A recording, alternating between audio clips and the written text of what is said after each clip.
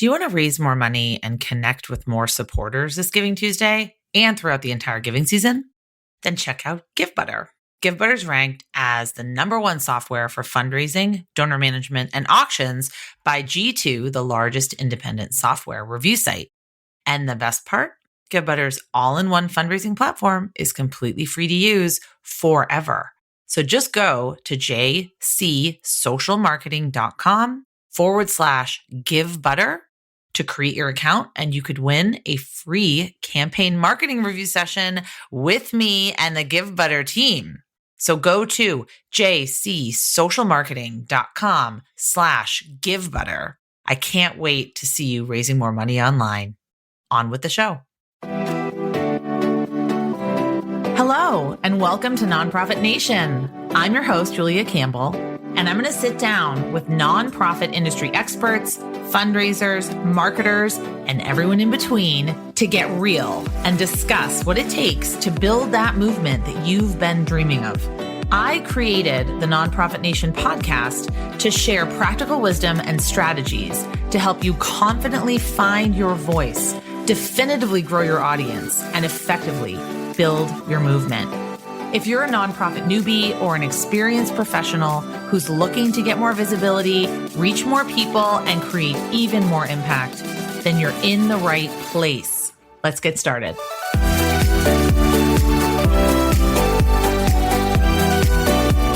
Hello. Hi, everyone. Welcome back to Nonprofit Nation. Happy to be here with you today, wherever you are. I'm your host, Julia Campbell. And today we have an actual nonprofit professional from the trenches to share all of her war stories, successes, tips, and tricks on how she built and continues to build a culture of philanthropy and gratitude at her organization. So we have Maria Shanley. She's the Director of Marketing and Data Management at Second Harvest Food Bank of Central Florida. She's a creative and analytical fundraiser with 14 years of experience in campaign development, brand awareness, and data analysis. Maria sits on panels and speaks at local and national conferences, and will both be speaking at Planet Philanthropy in Orlando. Excited about that. She also speaks about fundraising best practices. And when she's not fighting to end hunger in Central Florida, I love this. You can find her rooting for the Red Sox. That's who I root for. With her husband, reading with her 8-year-old, and relaxing with her 2 tuxedo cats. Maria, welcome. Thank you. I'm so excited to be here today. What are tuxedo cats? I don't know what they are. Are they like black and white? Yes, they have like the white down their chest, so they look like they're wearing tuxedos. So that's what we call them, tuxedo cats. I don't know if that's an actual name for those cats, but that's what I've always called them. I love it. I'm going to look it up on Instagram. I'm sure there's like a whole community around that. But I love rooting for the Red Sox. And as of this recording, we are getting into spring training, second day of spring here. And people that know me know I'm a Red Sox fan, so I think that's great. So, Maria, we have known each other online. We've known each other for several years now, and I'm just interested. I want to hear more about your background and how you got into nonprofit marketing. I think people would be very interested in that. Yes, but first, I also want to just thank you for having this podcast and getting all these great speakers and all the knowledge that you put out there on there, because my team soaks it all in and I soak it all in. So it's something that I really like to listen to when I do my walks. Oh, great. Thank you. And you always email me, and it really helps me. It inspires me to let me know that this is really helpful. So thank you. And I'm always sharing it with people. I'm like, you have to listen to this. You have to listen to that. So. Oh, great. Great. Thank you. Yeah. So as far as like my journey goes, I came to the United States when I was 7. I spoke maybe 5 words of English coming. I'm sharing that because for me, learning has been a big part of my journey, whether it's through life or through work. And so school was always easy for me. So I jumped in and got a scholarship at UCF, Go Knights. I've been in Orlando for over probably 20 years. Really like those. In college, I was a marketing major and I did a minor in management information systems because I really loved data back even in college when I wasn't even sure where I was going to end up or if I even wanted to work in nonprofit. but I just wanted to have those marketing business skills, right? And my parents always pushed that on me. But then the last 2 years of college, I actually spent it traveling to conferences and going to protests. So I was a huge animal rights activist in college. And then I actually ended up organizing a conference my last year. And we had a protest at SeaWorld and 18 of us got arrested at it. Good for you. I mean, not that I'm advocating getting arrested, but good for you for protesting SeaWorld. Yes, but it wasn't on purpose. It kind of also pushed me away from the philanthropy sector because of the experience I had. So then I was like, I'm going to go work for an architecture company. And at that company, I got to learn more about website building and email marketing. And then I realized I want to go back into philanthropy. And so I applied for a job at a local NPR PBS affiliate in town. Yes. I got the job NPR. there. Love NPR. I learned about membership fundraising, which was so interesting and new to me. And I was fascinated by the data and the emails doing that. And also, continued my growth and learning more about web design. And then from there, I was recruited by Second Harvest Food Bank of Central Florida. So I can't share that I've had like multiple jobs and experiences, but I can share that when I first started at Second Harvest, I started our social media channels that first week I was here. And this month, I'll be 14 years at the food bank. Oh my gosh. I think we need to take a moment because that's amazing. That's truly amazing. There's so much turmoil in the sector and there's so much transition and turnover is what I was trying to say. And a lot of people do not stay in development and marketing jobs for 3 years, let alone 14 years. Fabulous. Yeah. And I think one of the things and one of the reasons that I love my job is because every year is different. And it's really cool when you can grow as your organization grows as well. So when I started, we were a team of 4 in development. We're a team of 24 now. I know what it's like to work in a small team, being part of a team, and now I lead 2 teams at the food bank. So I've had the opportunity to learn and to grow at this organization. And it's been interesting, right? Because we're in Florida. There's always hurricanes. We have recession. We experienced government shutdown. Like everybody, we went through COVID and then there's more hurricanes, right? And so just learning how to fundraise during all these events that happen, have just taught me so much about fundraising and stewardship and gratitude messaging. And I think that also helps or drives me to speak at conferences because if you were to talk to me 8 years ago, I would be so scared to speak at a conference. I'm like, no way, no thank you. I think a lot of us are, yeah. Yeah, and so I want to just give a shout out to Mark Becker because he kind of pushed me to speak at, I think it was N10 was the first conference I spoke at, and we spoke about our virtual food drive. And since then, I've kind of, I love just sharing the knowledge and hoping that I can help other nonprofits who are doing similar work, whether it's a food bank or an animal organization. I like to talk about email marketing, our monthly donor program and the growth of it.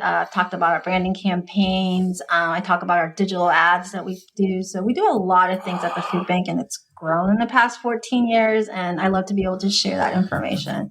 So I think for me, that's how I kind of got into the nonprofit marketing. So it's just really fun. It's always changing. So it sounds like Second Harvest has really been kind of on the cusp of innovation and using technology for new things. So something, we could talk about everything, Giving Tuesday, telethons, monthly donors, gratitude campaigns, branding campaigns. I'd love for you to tell us about the virtual food drive tool. That sounds really neat. I've never heard of anything like that. Oh, yeah. So we basically it's a peer-to-peer tool where companies or individuals can fundraise and they set up a virtual food drive and they basically ask their friends to give to it. A lot of our virtual food drive participants are companies, and especially in the fall when we have our messaging out where the need is greater and people want, everyone deserves to enjoy the holidays, right? And so when we have our messaging out, we encourage our donors, our volunteers to sign up for a virtual food drive. So it's a visual representation of what your gift can provide. And at the food bank, every dollar that you donate provides 4 meals. That's right. And for those of you that don't know, I know a coworker of Maria's. She's in my social media for Social Good Academy. And she was telling me that. And I think that's absolutely fantastic that $1 can translate into 4 meals, because what we were saying is, let's tie this into grocery bills for a family of 4.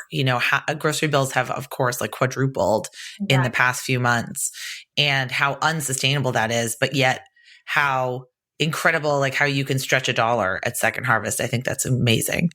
Yeah. And I think the really cool thing about virtual food drives is we've learned what works with them and what doesn't. And then we've also learned that people, and I think we all know this, right? People want to fundraise how they want to fundraise. Yes, they do. You don't want to box them into a virtual food drive, so we're looking to set up like a DIY fundraiser in the next year, because we want to take that peer-to-peer experience that we give with the virtual food drive and translate it into something that's more open and bigger for someone to be able to give back in the way that they want to give back. Wow. So you lead 2 teams. You lead the marketing and fundraising team and the data management and analysis team. How do you balance that? So I balance, like, mentally. I go for a walk every morning. I do yoga once a week, and I meditate. I think COVID really brought meditation into my life, and it works. It's the weirdest thing, but it can calm you. It can shut that voice in your brain off. It just really works. And I don't even know how to explain it, but it just does for me. Mm-hmm. As far as like balancing my 2 teams, it's hard, but it's so very rewarding. And I say it's hard because in order to work with your team, you have to really be vulnerable, right? You have to share your mistakes. You have to share your experiences. You have to create an environment where you build trust. And when you create that type of environment, you see your team transform, and they almost like end up giving each other feedback. Whereas before they were kind of not scared, but kind of afraid to hurt each other's feelings, right? But now we're more open with feedback. We all listen to each other. We communicate with each other. And I think once you have that groundwork of that trust and what it creates, then the work is actually kind of like the easy part, because then you have a team that really gels and knows how to communicate with each other. And the work is, I feel like that's easy for us now. Mm-hmm. I mean, and really, like, all the ideas, all the photography, all the stories, that's the team. They're doing it all. I'm just there to help make sure that they have what they need to get their jobs done, and that I'm also cautiously looking for burnout, right? If I see somebody struggling or somebody who is overwhelmed, I work really hard to kind of sense that and kind of help and see, how can I help you with this? How do we work together to move forward? Mm-hmm. With my whole team, like, it's never on one person's shoulder. It is our whole team will help each other with projects. Well, that leads me to another question that I can hear people listening to this saying, oh, my entire organization is siloed. What I see in a lot of my work with my clients is the marketing director's over here, and then maybe there's a social media volunteer, and maybe there's a development person. Maybe that's all one person, but still the work is very siloed, away from the programs, away from the leadership team, away from, the actual workings of the organization. So how do you fight that silo effect, and how do you really bring people together? Meetings with agendas. Yes, sounds good to me. And then just making time to get to know each other, get to know like different departments. And I think that not just my team, but the other half of our development team who handles stewardship and major gifts and volunteers, like within the team, we really work together on campaigns throughout the year. We do a lot of team building together as a development team. We've done strength finders training. We've done feedback training together as a team so that we understand what criticism is versus what feedback is. How do we work together to create a stronger team, just our own development team of 24, but then on top of that, how do we build these relationships with our programs department or even our finance department, especially working with my data team? You don't realize how much data and finance integrate with each other, and so that communication is so important. Mm-hmm. And I think it helps that we like each other at the food bank because anybody you talk to at the food bank,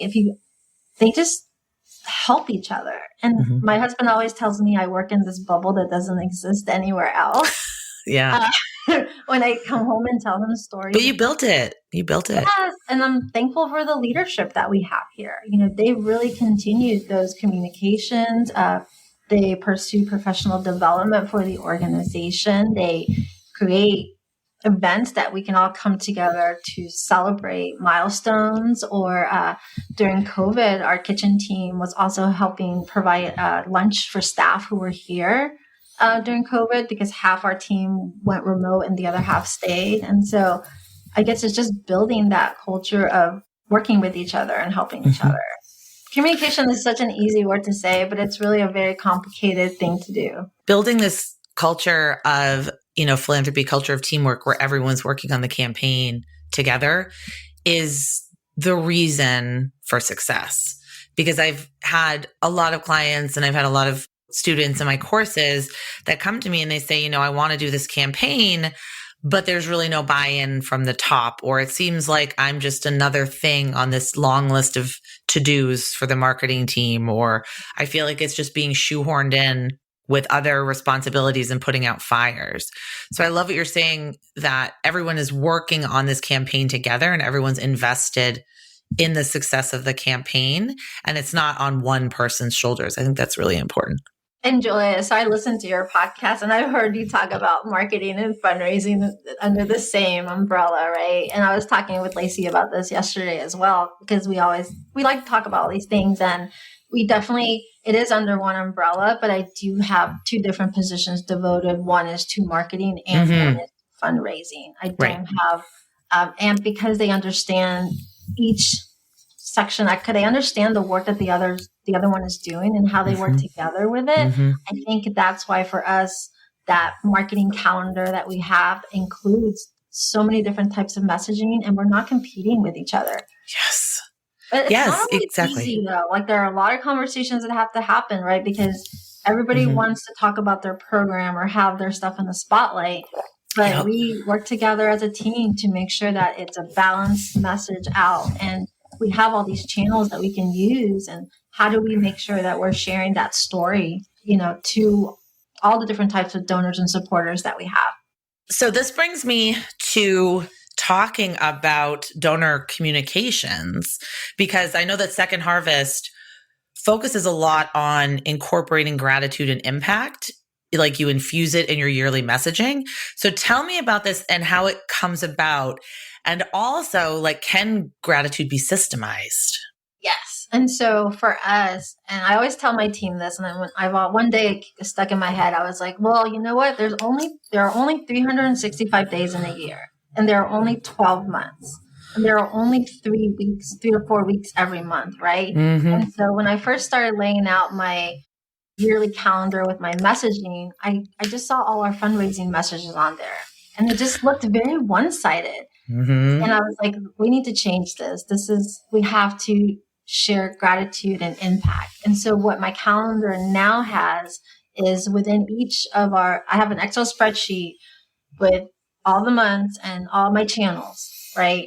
And within each channel, most of the channels, I have 3 different sections. I have a section for cultivation, stewardship, and engagement. Cultivation it's a match campaign, or where we're driving gifts for a specific reason.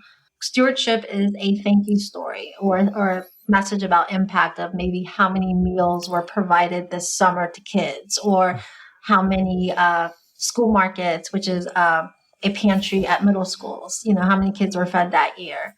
And then I have engagement. Engagement is the messages that include ways that someone can get involved, or just stories of the food bank, of donors that have raised money for us, or donors that set up a virtual food drive, or our super volunteers that we have. We have brand ambassadors at the food bank. They go out into the community and they table for us and talk about us. They go through a training. We have a young professional group that also does fundraising for us. So we have these really great stories that we can put in these engagement messaging that we have out, that really inspire others to give back and to give. And so I think when I look at my calendar, and when I look at the different types of messages that we include, then I work with my team to map it all out in Asana. We love Asana. I use Monday.com, but yes, I love Asana too. And it's nice because then we can look back at like previous years and see like what we did those years. But it really helps us integrate and make sure that our messaging is balanced out. And we, when we meet as a team every Monday, we can kind of look and see what's coming up and making sure that like we always include like gratitude in there. And then something that I think a lot of nonprofits worry about is I don't have time to write like a gratitude story, right? Like, where am I going to find another story? Mm-hmm. And so we are big proponents of reusing content. Yes, reusing content. I love it. Story. Let's not reinvent the wheel every time. I know, exactly. And so that's what we do. You know, we talk about a story. We talk about what are the different ways we can use the story. How can we use it in direct mail, social media, email? What parts of the story can we use? Because every channel that you're on is going to have like a different part of the story. You're not necessarily going to tell the whole story. And then most importantly, when we do a fundraising campaign and we use a story, because we're segmenting some of our donors out of those asks, especially like our monthly donors, we take that story and we use it as a thank you story. And so every month, our monthly donors get a thank you story because it's a story that we used in an ask that we had for that campaign that month. Mm-hmm.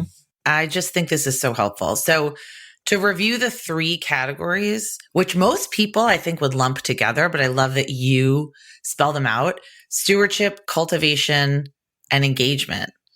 And you go from there. So it's sort of like looking at your communications plan and your calendar, not from the nitty gritty of like the blocks and like, oh, this event, this event, this event. It's what do we want to accomplish this year? What are our themes?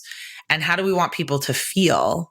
And how do we want them to get these communications? And what goal of the donor journey, like which piece of the donor journey are we hitting? It's just so strategic. I think a lot of us just sort of react. How did you get into this proactive mode? And like, what tips do you have for other development or marketing people that really want to be this proactive, but maybe are facing some roadblocks? I think you have to start saying no to some things. Yes. Right? You really have to look at your schedule and look at your plan and take that time or make the space to really sit down and think about it. A lot of times you're right. We are being reactive and we don't take the time and the space we need to really plan out. And a lot of times I think like a lot of nonprofits don't have the capacity to try to do everything they want to do. And that's where you have to step back and start saying no to some things and really come up with a plan. It's helped me immensely coming up with that yearly plan. Wasn't always like that for me. I was probably reactive the first probably 8 years I started at the food bank because I didn't have the team I needed to be able to I was very ambitious. I didn't have the team I needed to get the work done. And, you know, I burned myself out several times, and it's just learning and understanding that if I don't make the time to look at the numbers, to look at the data, to see what's working, you know, it's almost like you're throwing like spaghetti at the wall and trying to see what's going to work. Right. Mm-hmm, mm-hmm. You know, now we are more strategic in all our messaging and all our channels. And I encouraged my team to tell me that when they're not able to do anything else, and it's okay, because I'm going to support them with that. And let's figure out what can we do and how do we do it? And I think having a year plan when you do this is super helpful because you've mapped out that work already. And we know things come up, right? Disasters come up, hurricanes come up, right? And now that we experienced as a team, maybe 2 or 3 hurricanes together, for us, it's like, we already know all the things that have to happen, all the things that we need to do. We have plans in place already. You know, we're not being as reactive, but we're also, you want to take time to take care of yourself. You know, especially with a hurricane come, if you don't have power, you don't work. You know, like not everything has to go out, and just give yourself that grace to not be perfect. I think that this would be a fabulous speaking topic, creating a yearly communications calendar in a noisy, crazy world. How do we create this yearly calendar?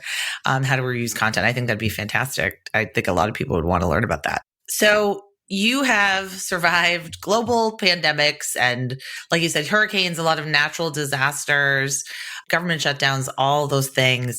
And I know just based on the data that donors came out in record numbers to support food pantries during the pandemic. What are you seeing, and how are you navigating fundraising post-pandemic?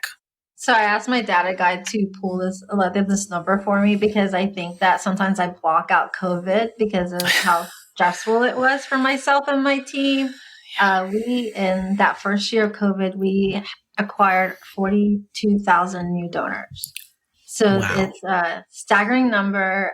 So a big focus on stewardship started once we were able to be proactive. I think we spent COVID was a disaster. It was a hurricane that lasted for 2 years for us. Yes. Our world, one day we left the food bank and we weren't allowed to come back. Oh gosh. We had to figure out how to work remotely with each other. Mm-hmm. And then people were scared. Like it was kids were home my team trying to work with little ones at home. Mm.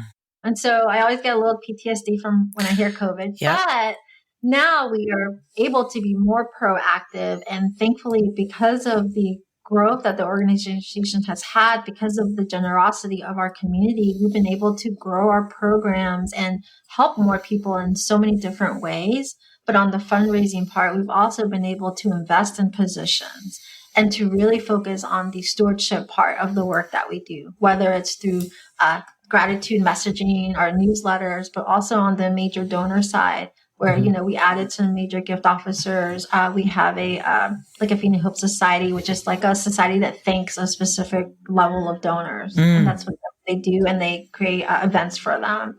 We do thank you calls every week to donors as well. So stewardship is a huge part of retaining these new COVID donors. We definitely have seen it's going down, but now it's starting to balance out. And so it was kind of not funny, but you would just send an email out and it would just raise like so much money. And we were just like, what is happening? Because people just really wanted to help and they wanted to give. And I think that's why it's so important, not just during COVID, but every month, your nonprofit is doing amazing work, and you don't need to put together this crazy brochure or some really long story, but it's so important to share your mission and to share the work that you're doing, because whether you're thanking someone or asking someone for money, you're really just sharing information about what's happening in real time with your supporters. And so that's what we continue to do. I want to get into marketing campaigns, but I want to talk more about fundraising while we're on this topic, because I know that you loved what Stephen Screen had to share on Nonprofit Nation. That was one of my most popular episodes. He's just so phenomenal. Everything he said, I just wrote down and was like clapping. But the myth of donor fatigue. So are you seeing this? Like, how do you fight this myth in your own work? So I was on a walk when I heard that podcast, and I was just kind of put my hands up in the air every time he mentioned something new. So thankfully, because I do oversee the data team, I'm able to work with our data manager to look at data and numbers and what, we ask every single month, right? We run a fundraising campaign every month. And what I'm seeing is our donors are giving between 2 and 3 times a year.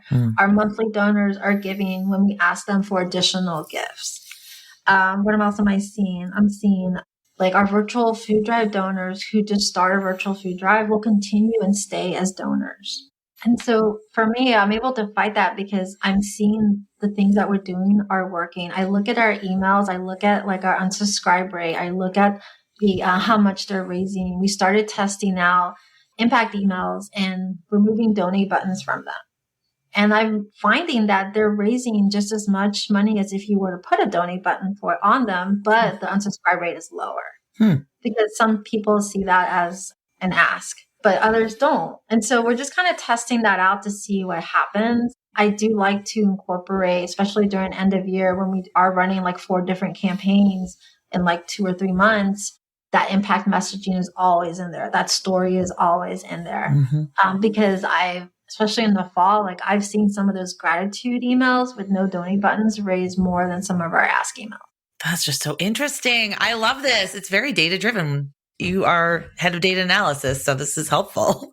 People should not stop asking, but they should test. Like you just said, put a donate button, don't put a donate button, put a link, don't put a link, send more emails, send fewer emails. I think that's just so important that you test things out, but you're not afraid to, share your impact and ask for support when you need it. So I think that's really interesting. And beyond fundraising, what I love that Second Harvest does, the educational multi-channel campaigns. And I've seen that this is food campaign, but you tell us a little bit about how you choose what to focus on and how you organize these sort of education campaigns. Yeah, so we first started with like a Spark campaign, it was like a What's Your Spark campaign, because we got a grant from Walmart where we had to kind of go around and share people's whys at the food banks. I think that's where we first started with some educational campaigns. But This Is Food was a really big campaign for us because we actually went through a brand study where we were trying to figure out, should we change our name? Because anytime somebody came to the food bank, they always leave saying, you're more than a food bank. Our food bank, we work with 625 nonprofit partners, and that's how we're able to get food out to 300,000 people every day. We also have a culinary training program at the food bank that teaches adults to cooking skills and life skills. We also push nutrition at the food bank. Any food that we're distributing, we like to add recipes. We have cooking classes. We do advocacy work at the food bank where we're talking to officials. We're encouraging our community to engage and reach out to the officials as well. And so after this brand study, we found that our name is really powerful, and people know, even though our name has food bank in it, people know some of the work that we're doing. So then we're like, well, how do we educate our community about the work that we do? And that's where the This Is Food campaign came from.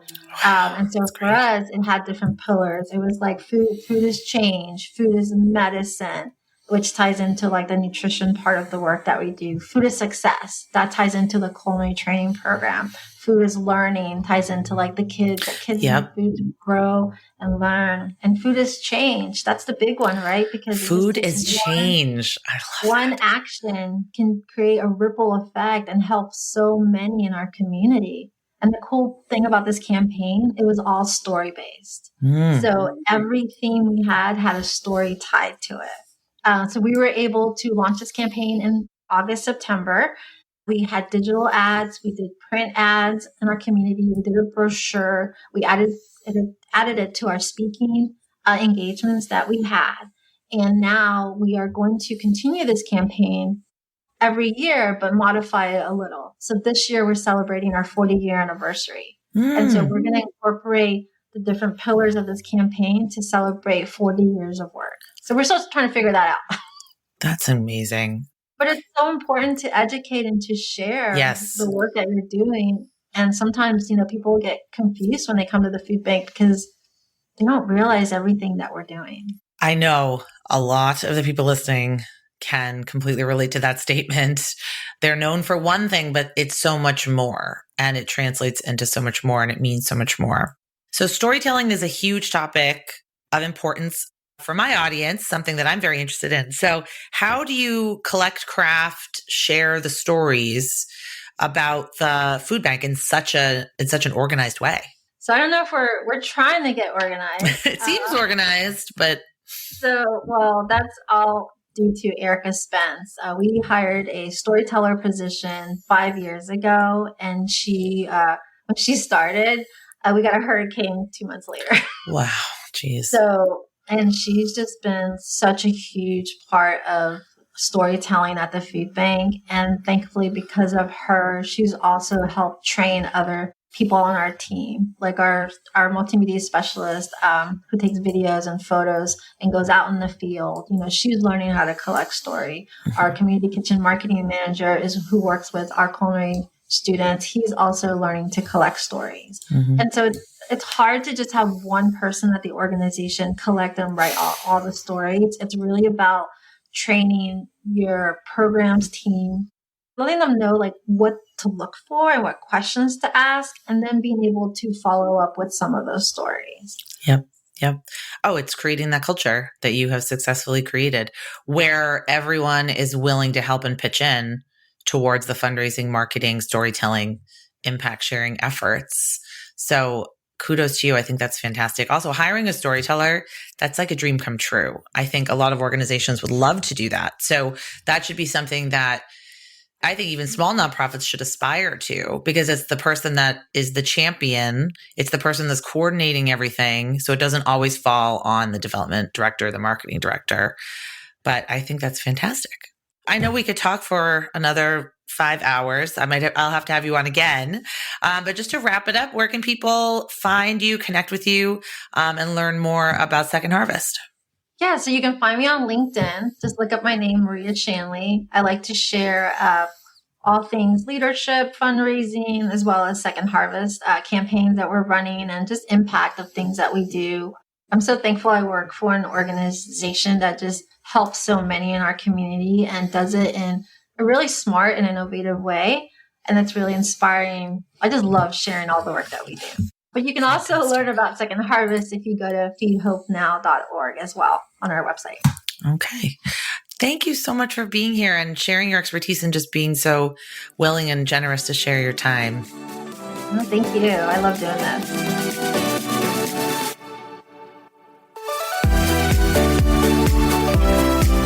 Well, hey there. I wanted to say thank you for tuning into my show and for listening all the way to the end. If you really enjoyed today's conversation, make sure to subscribe to the show in your favorite podcast app, and you'll get new episodes downloaded as soon as they come out. I would love if you left me a rating or a review, because this tells other people that my podcast is worth listening to. And then me and my guests can reach even more earbuds and create even more impact. So that's pretty much it. I'll be back soon with a brand new episode. But until then, you can find me on Instagram at JuliaCampbell77. Keep changing the world, you nonprofit unicorn.